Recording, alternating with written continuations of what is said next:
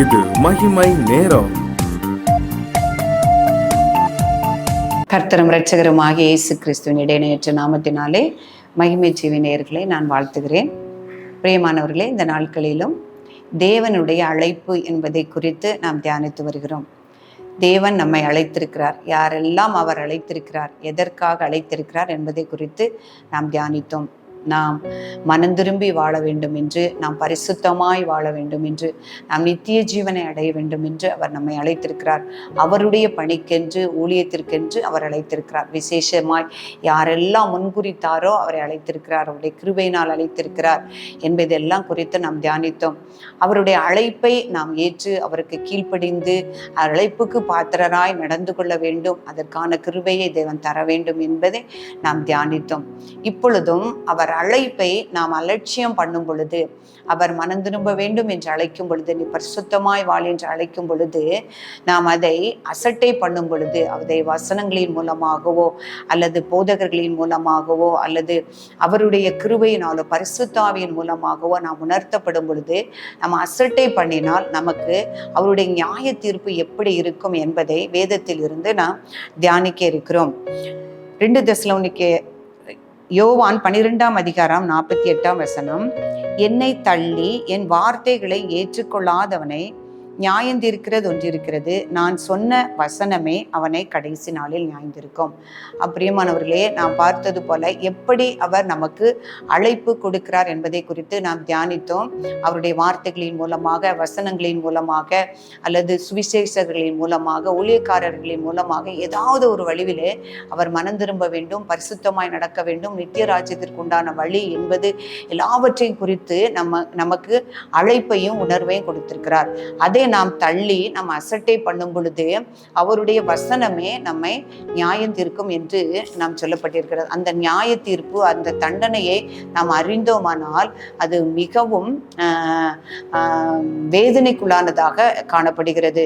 நீதிமொழிகள் 1ஆம் அதிகாரம் 24ஆம் வசனத்தை நாம் பார்க்கும் பொழுது ஆண்டவர் சொல்கிறார், நான் கூப்பிடும் பொழுது அவர்கள் கேளாதே போகிறார்கள், நான் கையை காட்டும் போது அவங்க கவனிக்காமலே போகிறார்கள், என் ஆலோசனை எல்லாம் அவங்க என்ன செய்யறாங்க, தள்ளிடுறாங்க, என்னுடைய கடிந்து கொள்ளுதலை அவங்க வெறுத்தார்கள் சொல்லுகிறது. பிரியமானவர்களே, யார் தேவன் நம்மை கடிந்து கொள்ளும் போது, அவர் நமக்கு ஆலோசனை தரும் பொழுது, அவருடைய வசனத்தின் மூலமாக நமக்கு ஆலோசனை தரும் பொழுது, நம்ம அதை தள்ளாதபடிக்கு தேவன் நம்மேல் கையை வைக்கும் பொழுது நாம் அதை அனுமதித்து ஏற்றுக்கொள்ளும் பொழுது கர்த்தர் நம்மை ஆதரிக்கிறவராக இருக்கிறார்.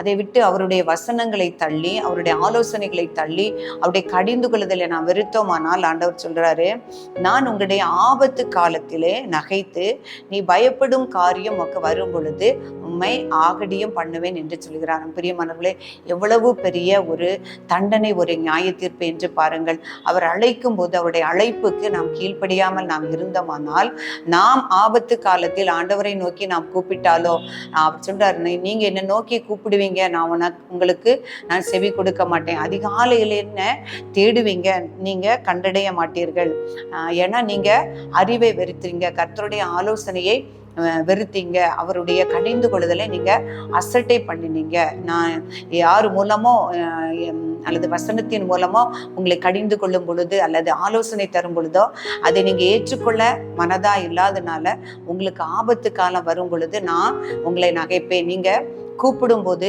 நான் உங்களுக்கு செவி கொடுக்க மாட்டேன் என்று ஆண்டவர் சொல்லுகிறார். பிரியமானவர்களே, எவ்வளவு பெரிய தண்டனை பாருங்க. அவருடைய அழைப்பு வரும் பொழுது நமதை ஏற்றுக்கொண்டு அவர்களுக்கு கீழ்ப்படிந்து சாந்தத்தோடு பொறுமையோடு ஒருவருக்கொருவர் அன்பாய் நாம் ஏற்றுக்கொள்ளும் பொழுது நாம் அவருக்கு பிரியமானவர்களாயும் அவர் நமக்கு வைத்திருக்கின்ற விலையேற பெற்ற மகிமையையும் நாம் பெற்றுக்கொள்ள முடியும். இயேசு கிறிஸ்து இதை குறித்து ஒரு ஓமையே தன்னுடைய சீஷர்களுக்கும் தன்னுடைய ஜனங்களுக்கும் சொன்னதை நாம் பார்க்கிறோம். ஒரு மனிதன் தன்னுடைய குமாரனுக்கு திருமணத்தை ஆயத்தப்படுத்தி கொண்டிருக்கும் பொழுது தன்னுடைய வேலைக்காரர்களை சொல்லி அநேகரை அவன் அழைத்திருந்தான்.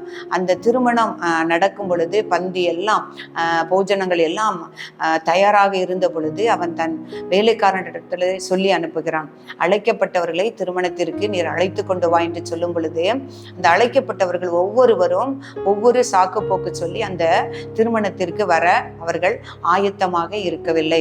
ஒருவன் தன் வயலிலே வேலை இருக்கிறது என்றும், தன் ஆடு மாடுகள் எனக்கு இருக்கிறது என்றும், எனக்கு திருமணம் ஆயிருக்கிறது என்றும் ஒவ்வொருவரும் ஒவ்வொரு சாக்கு போக்கு சொல்லி அவருடைய அழைப்பை அசட்டை பண்ணுகிறதை பார்க்கிறோம். ஆண்டவர் என்ன சொல்லுகிறாரு, இப்படி அவருடைய அழைப்பை அசட்டை பண்ணினதினால் அந்த எஜமான் என்ன செய்கிறார்னா, தன் வேலைக்காரனிடத்துல அவர்கள் எல்லாரையும் விட்டு, நீ வீதிகளில் இருக்கிறவர்கள் ஒவ்வொருவரையும் போய் சென்று உன்னுடைய எஜமானுடைய திருமண வீட்டிற்கு அழைத்து வா என்று சொன்னதும் அல்லாமல் அந்த அழைக்கப்பட்டவர்களுடைய பட்டணத்தை அவர் அழித்து போட்டு சுட்டெரித்தான் என்று அவர் சொல்லுகிறார்.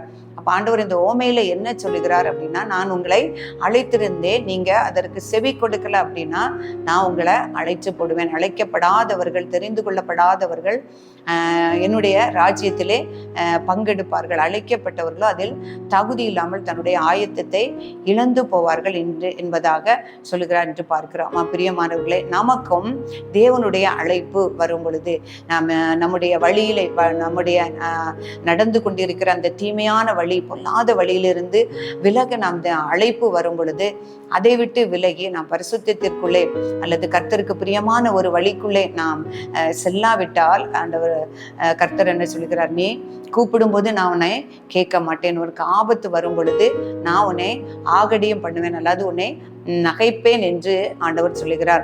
நான் அழித்து போடுவேன் என்று ஆண்டவர் சொல்லுகிறார். பரிசுத்த பவுல் ரோமருக்கு எழுதின நிருபத்தில் சொல்லும் பொழுது, அவருடைய சத்தியத்தை அறிந்து, நாம் அவருடைய சத்தியத்தை அறிந்த பிள்ளைகளாய், கர்த்தருடைய வல்லமையையும் அவருடைய அன்பையும் அறிந்த பிள்ளைகளாய் இருந்த பொழுதும் அவரை துதிக்காமலும் அவரை ஸ்தோத்திரியாமலும் அவரை கனப்படுத்தாமலும் நான் இருந்தா, நம்முடைய சிந்தையை நம்மை வீணராய் உணர்வில்லாதவர்களாய் நாம் காணப்படுமானால் கர்த்தர் நமக்கு என்ன தண்டனையை கொடுப்பார் என்று அவர் சொல்லியிருக்கிறார்.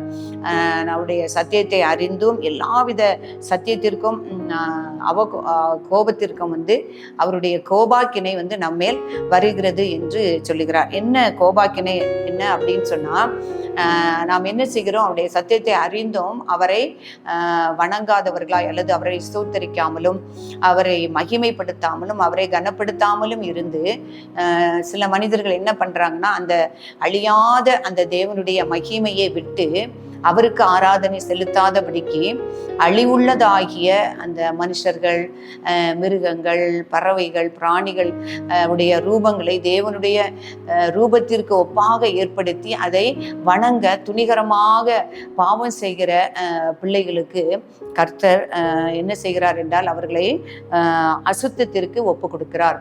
என்ன, அவருடைய தேடுகிற அவருடைய அழைப்புக்கு கீழ்ப்படுகிற பிள்ளைகளை அவர் பரிசுத்தத்திற்கென்று அழைக்கிறார் என்று நாம் தியானித்தோம். ஆனால் அவருடைய வார்த்தைக்கு கீழ்ப்படியாதபடி, அவரை அறிந்தும் அவரை சேவிக்காமல், அவர் சிருஷ்டிகரை தொழுது கொள்ளாமல் சிருஷ்டியை வணங்கி கர்த்தருடைய மகிமையை அழிவுள்ள அந்த மிருகங்களுக்கு ஒப்பாக வணங்குகிற மனுஷர்களை ஆண்டவர் என்ன செய்வார்னா, அவர்களை அசுத்தத்திற்கு ஒப்பு கொடுத்தார் என்று எழுதப்பட்டிருக்கிறது. அவருடைய சரீரங்களை அவமானப்படுத்ததாக தேவன் அவர்களை அசுத்தத்திற்கு ஒப்பு கொடுத்தார் என்று பார்க்கிறோம். பிரியமானவர்களே, அவருடைய நியாய தீர்ப்பு, அவருடைய தண்டனைகள் எவ்வளவு வேதனைக்குரியவர்கள். அவர் அசுத்தத்திற்கு ஒப்பு கொடுப்பார். அவர் நாம் கூப்பிடும் பொழுது நமக்கு பதில் தர மாட்டார். அவர் நாம் ஆபத்து நேரத்தில் இருக்கும் பொழுது நம்மை குறித்து அவர் ஆகடியம் பண்ணுவார் என்று நாம் பார்க்கிறோம். அவர் நம்மை அழித்து போடுவார் என்று நாம் பார்க்கிறோம். பிரியமானவர்களே, இந்த வார்த்தையில் நாம் தியானித்தபடி நாம் ஒவ்வொருவரும் நமக்கு குறித்த அழைப்பை உணர்ந்தவர்களாக பாவத்தை விட்டு விலகவும், மனந்திரும்பவும், தேவனுக்கென்று நன்மையானவைகளை செய்யவும், நன்மையானவைகளை செய்து பாடு அனுபவித்து அது நிமித்தம் நாம் சாந்தமுள்ளவர்களாய், அமைதல் உள்ளவர்களாய், அன்புள்ளவர்களாய் நாம் காணப்படவும், நிந்தையை சகிக்கவும், சகித்து கொள்ளவும் கர்த்தர் நம்ம ஒவ்வொருவரையும் நாம் அழைத்திருக்கிறார். அவருடைய ராஜ்யத்திற்கு சுதந்திரராகும்படி நம்மை அழைத்திருக்கிறார். அவருடைய ஊழியத்தை செய்ய வேண்டும் என்று அழைத்திருக்கிறார். அநேகரை சீஷராக்கி இயேசு கிறிஸ்துவின் நாமத்தினால ஞானஸ்தானம் கொடுக்கவும், அவருடைய கட்டளைகளை நாம் பிரசித்தப்படுத்தவும் அழைத்திருக்கிறார். அப்படிமானவர்கள் ஒவ்வொருவரும் அந்த அழைப்பை அறிந்து தேவனுக்கு கீழ்ப்படிந்து அவருடைய அழைப்புக்கு பாத்திரராய் நடந்து கொள்ள நாம் ஒவ்வொருவரும் அர்ப்பணிப்போம். அன்பின் பரலோக பிதாவே, மெய் துதிக்கிறோம் அப்பா. கிருபையும் இரக்கமும் நிறைந்தவரே உம்மை துதிக்கிறோம் சுவாமி. இந்த அருமையான நேரத்திற்காக தேவரே உமக்கு நன்றி செலுத்துகிறோம். இந்த மகிமை நேர நிகழ்ச்சியின் மூலமாக உம்முடைய வார்த்தைகளை தியானிக்க கர்த்தர் சித்தம் கொண்டிருப்பா. அடியேன் உம்முடைய பாதத்திலே தாழ்த்துகிறேன். என்னுடைய அறியாமை கர்த்தர் நீர் மன்னித்து ஆண்டவரே உம்முடைய நாம மகிமைக்கென்று உம்முடைய வார்த்தைகளை கேட்கிற பிள்ளைகள் கர்த்தாவே ஸ்தோத்திரம். உம்முடைய அழைப்புக்கு செவி கொடுக்கிற பிள்ளைகளாய், உம்முடைய அழைப்புக்கு கீழ்ப்படுகிற பிள்ளைகளாய், உம்முடைய அழைப்பை உணர்ந்து கொள்ளுகிற பிள்ளைகளாய் பரிசுத்த ஆவியானவர் அவர்களுக்கு கிருபை செய்யும்படியாய் நாங்கள் ஜெபிக்கிறோம் சுவாமி. நாங்கள் ஆயத்தம் இல்லாதவர்களாய் இருந்தாலும் ஆண்டவரே நீங்கள் எங்களை அழைத்து ஆயத்தப்படுத்தி உம்முடைய வருகைக்கு எங்களை கர்த்தாவே ஸ்தோத்திரம் அப்பா எங்களை ஆயத்தப்படுத்தும்படியாய் நாங்கள் ஜெபிக்கிறேன்.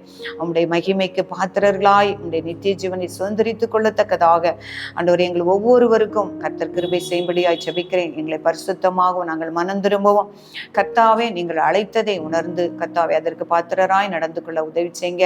எங்கள் ஊழியங்களை கர்த்தர் நீர் ஆசீர்வதிக்கும்படியாய் நாங்கள் ஜெபிக்கிறேன். தேவனுக்கு சித்தமானபடி தெரிந்து கொள்ளப்படி நாங்கள் செய்த சிறு ஊழியங்களையும் கர்த்தர் நாம மகிமைக்கென்று கர்த்தாவே ஸ்தோத்திரம் நீர் ஆசீர்வதிக்கும்படியாய் நாங்கள் ஜெபிக்கிறேன். ஆண்டவர் இந்த தியானத்தில் காணப்படுகிற குற்றங்கள் குறைகள் எல்லாவற்றையும் தேவரீர் மன்னித்து உம்முடைய நாம மாத்திரமே மகிமைப்படும்படியாய் கேட்கிறவர்கள் ஒவ்வொருடைய உள்ளத்திலும் ஆண்டவரை பரிசுத்தாவியானவர் கிரியை செய்யும்படியாய் அவர்களுக்கு அது பிரயோஜனமாயிருக்கும்படியாய் இந்த தேவன் நீர் அனுக்கிரகம் பண்ணும்படியாய் நாங்கள் ஜெபிக்கிறோம். எங்களை தாழ்த்தி அர்ப்பணிக்கிறோம். இயேசு கிறிஸ்துவின் நாமத்திலே ஜெபிக்கிறோம் ஜீவனுள்ள நல்ல பிதாவே.